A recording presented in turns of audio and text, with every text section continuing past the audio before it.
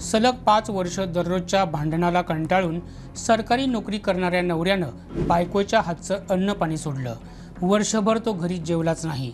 त्यानं घटस्फोटाचा निर्णय घेतला, पण शिक्षिका असलेल्या बायकोनं घटस्फोट द्यायला नकार दिला। बालवाडीत जाणाऱ्या चिमुकल्याकडे बघून तो नवरा निमूटपणे हा छळ सोसत राहिला।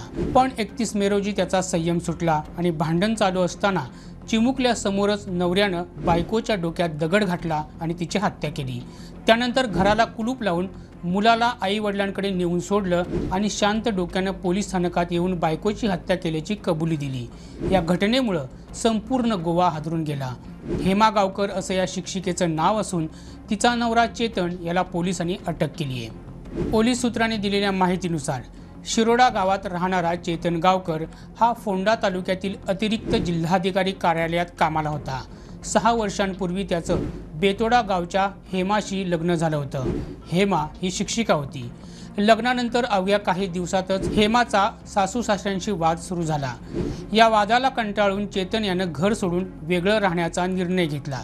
शिरोड्यातीलच तळपण भागात नवरा बायको स्वतंत्र राहू लागले। तिथं त्यांना एक मुलगा देखील झाला।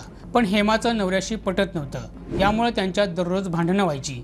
रोजच्या भांडणाला कंटाळून शेवटी चेतननं घटस्फोट घेण्याचा निर्णय घेतला।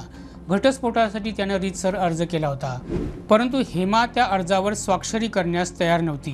चेतनला घटस्फोट देण्यास तिनं नकार दिला होता, असं पोलीस तपासात आढळून आलं।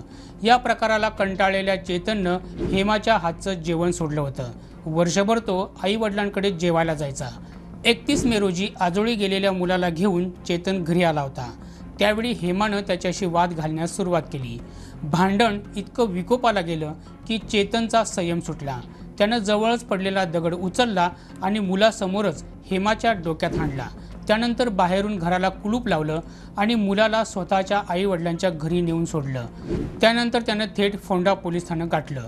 त्यानं दिलेल्या जबानीनंतर पोलिसांनी घरी जाऊन तपास केला असता हेमाचा मृतदेह सापडला। या प्रकरणी पोलिसांनी खुनाचा गुन्हा नोंद करून चेतनला अटक केली। याच प्रकरणात अतिरिक्त जिल्हाधिकारी कार्यालयानं चेतनला तात्काळ निलंबित केलं।